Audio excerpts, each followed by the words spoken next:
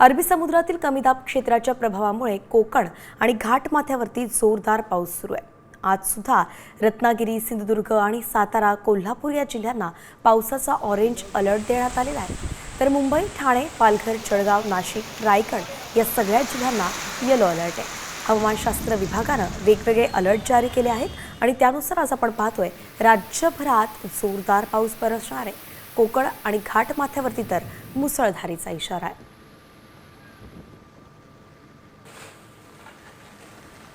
आपल्या प्रतिनिधी रुपाली बडवे मुंबईतून आपल्यासोबत जोडल्या गेल्या आहेत। रुपाली, सकाळपासूनच आपण पाहतोय मुंबईत सुद्धा पाऊस सुरूच आहे। आपण नेमकं कुठे आहात आणि सध्या तिथलं वातावरण कसं आहे? मुंबईमध्ये सकाळपासूनच सर्वत्र एक ढगाळ असं वातावरण पाहायला मिळत आहे आणि सकाळपासूनच आपण बघतो की मुंबईच्या अनेक भागामध्ये रिपरिप सुद्धा सुरू झालेली आहे। मुंबईचा जो आपला चेंबूरचा जो पट्टा आहे त्या भागामध्ये आता या क्षणी खरं तर मुसळधार पाऊस सुरू असल्याचं पाहायला मिळत आहे। मुंबईच्या अनेक भागांमध्ये सध्या पावसाने जोरदार अशी हजेरी सुद्धा लावलेली आहे। त्यामुळे सकाळपासूनच सुरू झालेला हा पाऊस खरं तर दिलासादायक सुद्धा आहे आणि आपण पाहतात की अनेक ठिकाणी पावसाला सुरुवात झालेली आहे। जो सखल भाग आहे त्या ठिकाणी पाणी साचणार नाही यासाठी खरं तर पालिकेचे प्रयत्न होते। मात्र आता आपण बघतो की जशा पद्धतीने पावसाचा वेग वाढत आहे त्याच्यामुळे पाणी साचेल अशा पद्धतीचा एक जो अंदाज आहे तो खरं तर व्यक्त केला जात आहे। मात्र सकाळपासूनच मुंबईमध्ये पावसाने सुरुवात केल्यामुळे आता आज रविवारचा दिवस आहे आणि आज कामाची सुट्टी जरी असली तरी सुद्धा घराबाहेर पडताना लोकांनी काळजी घ्यायची असं आवाहन खरं तर हवामान खात्याच्या वतीने नेहमीच केलं जातं। मात्र पावसाचा अंदाज घेऊन घराबाहेर पडा अशा सुद्धा सूचना खरं तर देण्यात आलेल्या आहेत आणि एकूणच आपण बघतो की याचा परिणाम रेल्वे मार्गावर होईल का याची सुद्धा सतत चर्चा सुरू झालेली आहे। मात्र मुंबईमध्ये सर्वत्र आता पावसाने हजेरी लावल्याचा आपण पाहतोय अगदी सकाळपासूनच मुंबईतल्या अनेक भागात पावसाची रिपरिप दिसते आणि त्या संदर्भातील प्रत्येक अपडेट तुम्ही दिली आहे। तुमच्याकडनं या संदर्भात अजूनही अपडेट्स असतील तर जाणून घेऊ, पण तुर्तास आपण पाहतोय की राज्यभरात काही अलर्ट देण्यात आलेले। कुठे कुठे कोणता अलर्ट आहे सविस्तर पाहूया। येलो अलर्ट जाणून घेतोय आपण। पालघर, ठाणे, मुंबई, रायगड आणि पुण्याला येलो अलर्ट जारी करण्यात आलाय। सोबतच जळगाव, नाशिक, अहिल्यानगर, सोलापूर आणि छत्रपती संभाजीनगरला सुद्धा येलो अलर्ट आहे। मराठवाड्याच्या जालना, बीड, धाराशिव, लातूर आणि बुलढाण्याला सुद्धा आज येलो अलर्ट आहे। तर अकोला, अमरावती, यवतमाळ, वाशिम आणि नागपूरमध्ये सुद्धा पावसाचा येलो अलर्ट जारी करण्यात आलाय। सांगली, नांदेड, परभणी, हिंगोली, वर्धा या जिल्ह्यांचाही समावेश आहे। एकंदरीतच संपूर्ण राज्यभरात अनेक ठिकाणी येलो अलर्ट जारी करण्यात आलेला आहे। त्यामुळे घराबाहेर पडताना जरी रविवार असला तरी काळजी घेण्याचं आवाहन आहे। बरं, भंडारा, गोंदिया, चंद्रपूर आणि गडचिरोली या जिल्ह्यांना सुद्धा येलो अलर्टच आहे।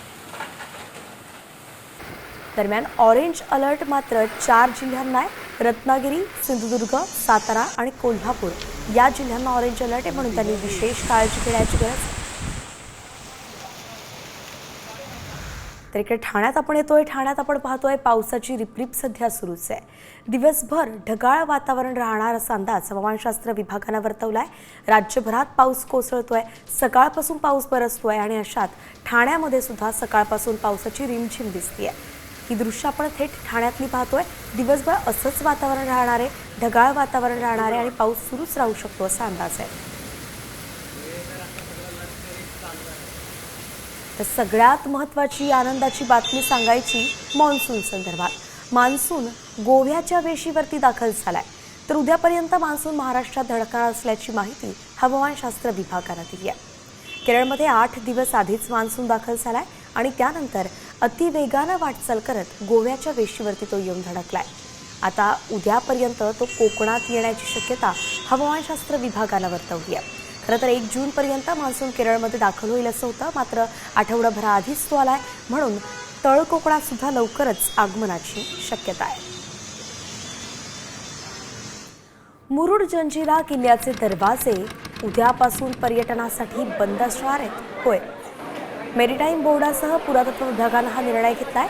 मे महिन्याच्या अखेरीस समुद्र खवळायला सुरुवात होते। लाटांच्या मारामुळे शिडाच्या घोड्यांना अपघात होण्याची शक्यता असते आणि म्हणून पर्यटकांची सुरक्षा लक्षात घेऊनच हा निर्णय घेण्यात आलाय। पावसाळ्याच्या कालावधीसाठी हा निर्णय असणार आहे।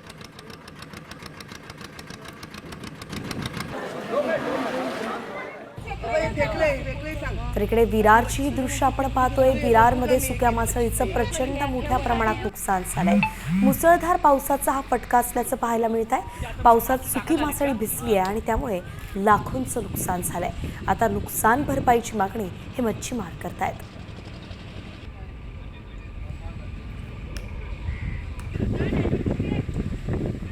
कालपासून आम्ही इथं समुद्रावरच आहेत आणि आज 5 दिवस झाले पाऊस पडतो, त्याच्यात आमचे नुकसानच होते. कारण की आम्ही आमचा नोकरीधंद्याचा हाच व्यवसाय आहे, दुसरा आमचा व्यवसाय मिळतच नाही. आम्ही पोटाला काय खाणार, लोकांचे भरणार कर्ज का घरी पारापोरांना काय देणार खायला सांगा मला. नोकरीधंद्यावाले असले तर एक ठीक आहे, याच्यावर कमावायचं आणि याच्यावरच खायचं, हेच आमचं पोट आहे. मात्र राजधानी दिल्लीत काय सुरू आहे तर तिथेही सारखीच परिस्थिती आहे. दिल्ली NCR मध्ये तर काल रात्रीपासून जोरदार पाऊस बरसतोय.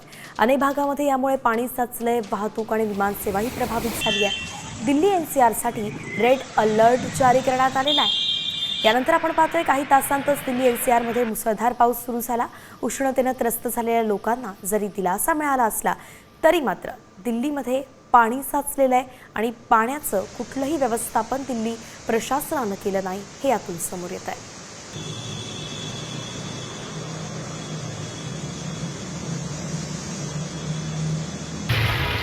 पावसासंदर्भातल्या सविस्तर घडामोडी आपण जाणून घेतल्या. मात्र राज्यभरात अजूनही पावसासंदर्भातल्या घडामोडी आहेत, त्या सगळ्या मात्र आता वेगवान स्वरूपात जाणून घेऊयात.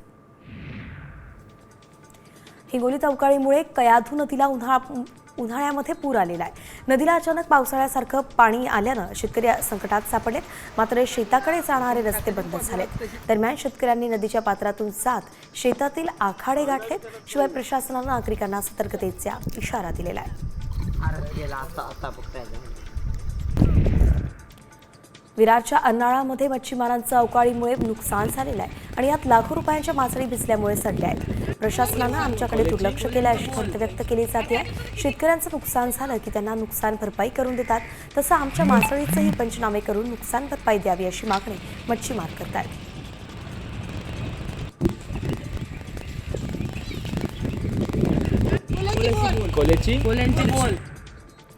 वादळी वाऱ्यानं मासेमारांना परतीचे आदेश दिल्यानंतर वसईचे मच्छीमार नौका परतलेत. मोठ्या प्रमाणावरती मासे आल्यानं बर्फ कारखान्यात बर्फ खरेदीसाठी तारांबळ पाहायला मिळाली आहे. पावसाळ्याचे 3 महिने मासेमारी बंद राहणार असल्यानं कोळी बांधव माशांचा लिलाव करतायत.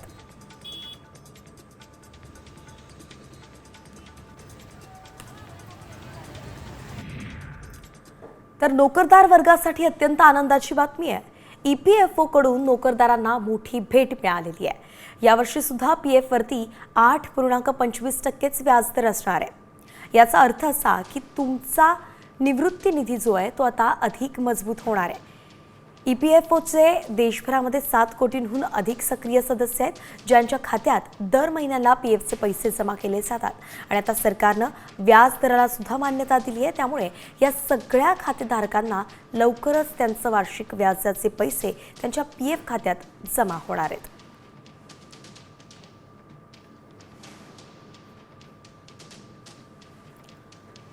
नोकरदारांनंतर बातमी आहे विद्यार्थ्यांसाठी. उद्यापासून म्हणजे सोमवारपासून 11वी प्रवेशाची प्रक्रिया सुरू होणार आहे. 11वी ऑनलाईन प्रवेश प्रक्रियेसाठी नवीन वेळापत्रक जाहीर करण्यात आलंय. राज्यातील 9,373 कनिष्ठ महाविद्यालयांमधील 11वीच्या तब्बल 20,92,350 जागांसाठी विद्यार्थ्यांना उद्यापासून ऑनलाईन नोंदणी करता येईल. तर राज्यात अगदी पहिल्यांदाच 11वीसाठी केंद्रीय ऑनलाईन प्रवेश प्रक्रिया राबवण्यात येते. तर आपण पाहतोय कशी असेल ही प्रक्रिया. कोटा किंवा कॅप अंतर्गत विद्यालयात प्रवेश निश्चित केला जाईल. नोंदणी शुल्क केवळ डिजिटल पद्धतीनेच स्वीकारलं जाईल. महाविद्यालय मिळाल्यानंतर आवश्यक कागदपत्र अपलोड करून प्रवेश घ्यावा लागेल. आणि पहिल्या पसंती क्रमांकाच्या महाविद्यालयात प्रवेश घेणं बंधनकारक असेल. विद्यार्थ्यांना प्रवेश न घेतल्यास पुढील नियमित फेरीसाठी तो अपात्र ठरेल. तर ही महत्त्वाची अपडेट आपण पाहतोय. अगदी पहिल्या फेरीत तुम्हाला जे महाविद्यालय मिळेल तुम्हाला तेच घ्यावं लागेल. जर तुम्ही ते नाकारलं तर पुढच्या फेऱ्यांसाठी तुम्ही अपात्र ठरणार आहेत.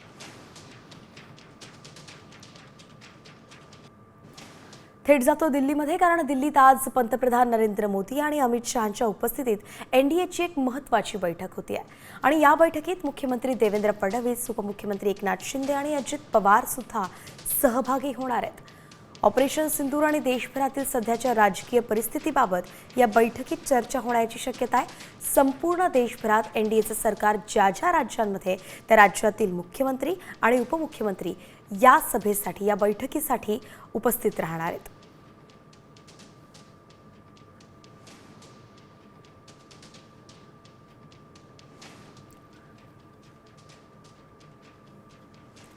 तर बैठकीकडे आपलं लक्ष असणारच आहे की नेमकं इथून काय अपडेट्स समोर येतात, कुठले निर्णय घेतले जातात, कशावरती चर्चा होती, प्रत्येक गोष्ट जाणून घेऊ.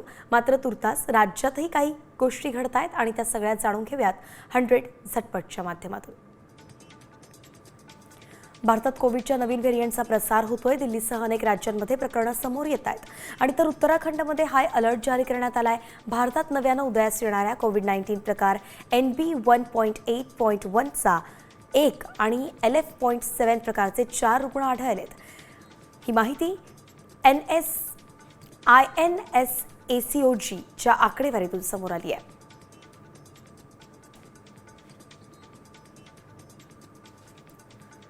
ठाण्यात कोरोना विषाणूमुळे मुंब्रा इथे राहणारा तरुणाचा मृत्यू झाला. 21 वर्षीय तरुण गेल्या काही दिवसांपासून कळवा रुग्णालयात उपचार घेत होता.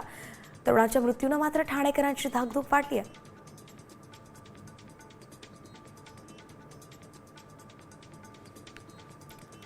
ठाकरे सेनेचे खासदार संजय राऊतांनी महाराष्ट्र सरकारवरती पुन्हा टीका केली आहे. राऊतांनी भाजपवरती निधी आणि धमक्यांचा वापर करून निवडणुका जिंकण्याचा आरोप केला. तर मुंबईची निवडणूक तरी बॅलेट पेपरवरती घेऊन दाखवा असं आव्हानही राऊतांनी केलं.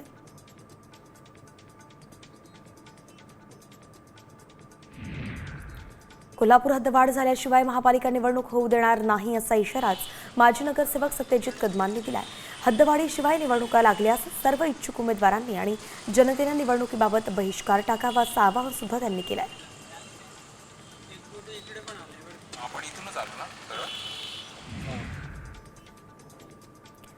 तर कुठेही कचरा टाकणाऱ्यांच्याबद्दल अजित पवारांनी मिश्किल टोलेबाजी केली आहे. आपण शिस्त लावून घेतली तर यश नक्की मिळेल. मात्र आपले लोक बाहेरच्या देशात गेले तर कचरा कुठेही टाकत नाहीत, कारण त्यांना चक्की फिशिंगची भीती वाटत असते असं अजित पवार म्हणाले. उद्या दिल्लीत एनडीएची एक महत्त्वाची बैठक होणार आहे आणि खरं तर ही बैठक आज होणार आहे. तर बैठकीत भाजप आणि एनडीए घटक पक्षातील उपमुख्यमंत्री सुद्धा या बैठकीसाठी उपस्थित राहणार आहेत. मुख्यमंत्री फडणवीसांसह उपमुख्यमंत्री एकनाथ शिंदे आणि अजित पवारही या बैठकीला उपस्थित राहतील. सकाळी 9ला दिल्लीतील हॉटेल अशोकामध्ये बैठक होईल.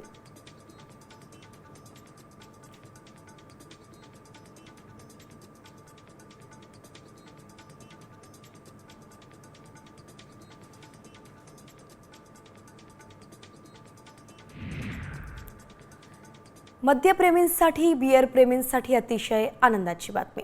लवकरच 200 रुपयांची बियर तुम्हाला फक्त 50 रुपयांत मिळणार आहेत.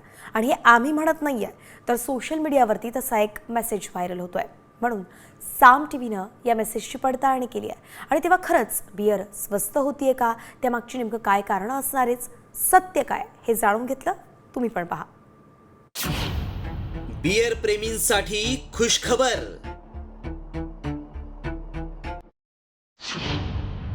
200ची बियर आता अवघ्या 50 रुपयात मिळणार.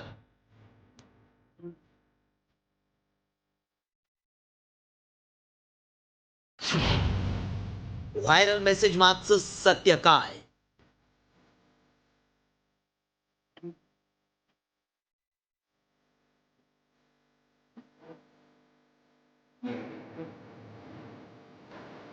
बियर म्हटली की अनेक मद्यप्रेमींच्या उत्साहाला उधाण येतं. उन्हाळ्याच्या दिवसांमध्ये बियरची मागणी मोठ्या प्रमाणात वाढते आणि अनेकदा आपली आवडती थंड बियर आणि ब्रँड मिळणं कठीण होतं. अशातच 200 रुपयांची बियर लवकरच 50 रुपयात मिळणार अशा आशयाचा मेसेज सोशल मीडियात व्हायरल होतोय. सरकार बियरवरील टॅक्स कमी करणार असल्याचा दावा केला जातोय. बियर प्रेमींसाठी ही निश्चितच आनंदाची बातमी आहे. मात्र खरंच बियर स्वस्त होणार आहे का? बियर स्वस्तात विकणं सरकारला परवडू शकतं का, असे सवालही या निमित्तानं उपस्थित झाले. व्हायरल मेसेजची आम्ही पडताळणी केली. मात्र त्यापूर्वी या मेसेजमध्ये नेमका काय दावा केलाय पाहूया. बियर प्रेमींसाठी खुशखबर. 200 रुपयांची बियर आता 50 रुपयात मिळणार. भारतानं ब्रिटनच्या बियरवरील कर तब्बल 75% कमी केलाय. त्यामुळे बियर आता स्वस्त दरात मिळेल. हा मेसेज व्हायरल होत असल्यामुळं बियर प्रेमींच्या आनंदाला उधाण आलंय. हा मेसेज पाहिल्यानंतर अनेकांनी लगेच चीअर्स करून एकमेकांना शुभेच्छा देण्यासही सुरुवात केली आहे. मात्र व्हायरल होत असलेला मेसेज खरा आहे का? खरंच 200 रुपयांची बियर अवघ्या 50 रुपयात मिळणार आहे का? असे सवालही उपस्थित झाले. साम टीव्हीनं या मेसेजची पडताळणी केली. याबद्दल लिकर इंडस्ट्रीतले तज्ज्ञ अधिक माहिती देऊ शकतात. त्यामुळं आम्ही त्यांच्याकडून अधिक माहिती घेतली. तेव्हा त्यांनी काय सांगितलं पहा. त्याच्यामध्ये 10 मिलियन केसेस इतकं फक्त इम्पोर्टचं मार्केट आहे आणि ते एकूण बिअरच्या कन्झम्पशनच्या फक्त 3% आहे.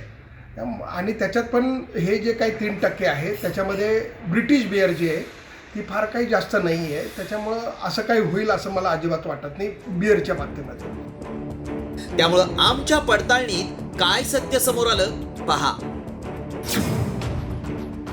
भारत आणि ब्रिटन यांच्यात 6 मे रोजी एक करार झाला असून या करारानुसार ब्रिटनमधून आयात होणाऱ्या दारूवरील आयात शुल्क 75% कमी करण्यात आलाय. त्यामुळे तुर्तास तरी बियर स्वस्त होण्याची कोणतीही चिन्ह दिसत नाहीत. मात्र भारत ब्रिटन करारामुळं ब्रँडेड व्हिस्की काही प्रमाणात स्वस्त मिळू शकते. त्यामुळं आमच्या पडताळणीत 200 रुपयांची बियर 50 रुपयात मिळेल हा दावा असत्य ठरलाय. आयात शुल्क कमी झाल्यामुळे ब्रँडेड व्हिस्कीच्या दरात थोडीफार कपात होऊ शकते. मात्र ब्रिटनमधून आयात होणाऱ्या दारूवरील टॅक्स लक्षात घेता दारू सरसकट स्वस्त होण्याची शक्यता कमी आहे. रिपोर्ट साम टीव्ही न्यूज.